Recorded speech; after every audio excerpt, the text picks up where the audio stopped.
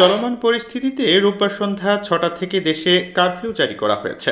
যারা কারফিউয়ের আইন ভঙ্গ করবেন তাদের বিরুদ্ধে আইনানুগ ব্যবস্থা গ্রহণ করা হবে এবং জিরো টলারেন্স দেখানো হবে বলে জানিয়েছেন ঢাকা মহানগর পুলিশ কমিশনার হাবিবুর রহমান। রোববার রাত 10:30টায় ডিএমপি মিডিয়া সেন্টারে আয়োজিত এক সংবাদ সম্মেলনে ডিএমপি কমিশনার এই কথা জানান। আপনারা জানেন যে সারা বাংলাদেশে কারফিউ চলছে।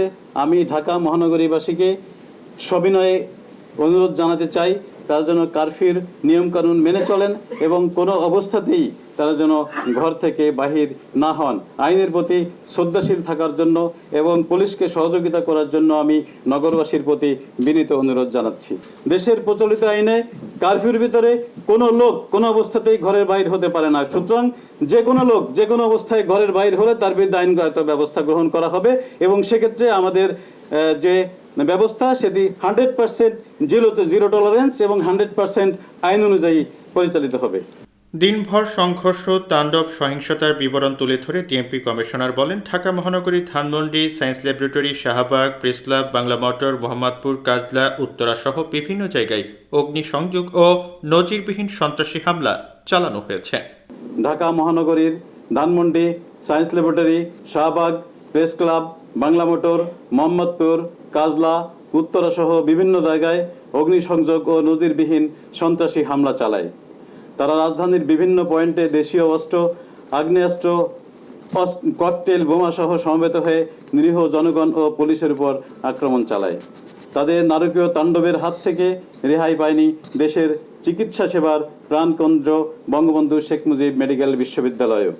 তারা মেডিকেল বিশ্ববিদ্যালয়ে ভেতরে ভাঙচুর করে ভেতরে থাকা বেশ কটি গাড়ি ও অ্যাম্বুলেন্স, মোটরসাইকেল ভাঙচুর করে এবং অগ্নিসংযোগ করে। তারা ঢাকা মেট্রোপলিটন যে আদালত সেখানেও তারা ভাঙচুর ও অগ্নিসংযোগ করে।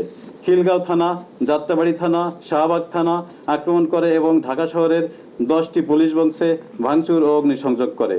এ সময় ডিএমপি কমিশনার বলেন, কোটা আন্দোলনের শুরু থেকেই ঢাকা মেট্রোপলিটন পুলিশ অত্যন্ত পেশাদারিত্ব ও চরম ধৈর্যের সাথে দায়িত্ব পালন করে আসছে।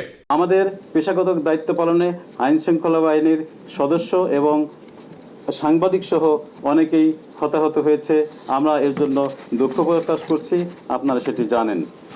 আমরা এ পর্যন্ত যথেষ্ট সহনশীলতা প্রদর্শন করেছি, যথেষ্ট সংবেদনশীলতা প্রদর্শন করেছি।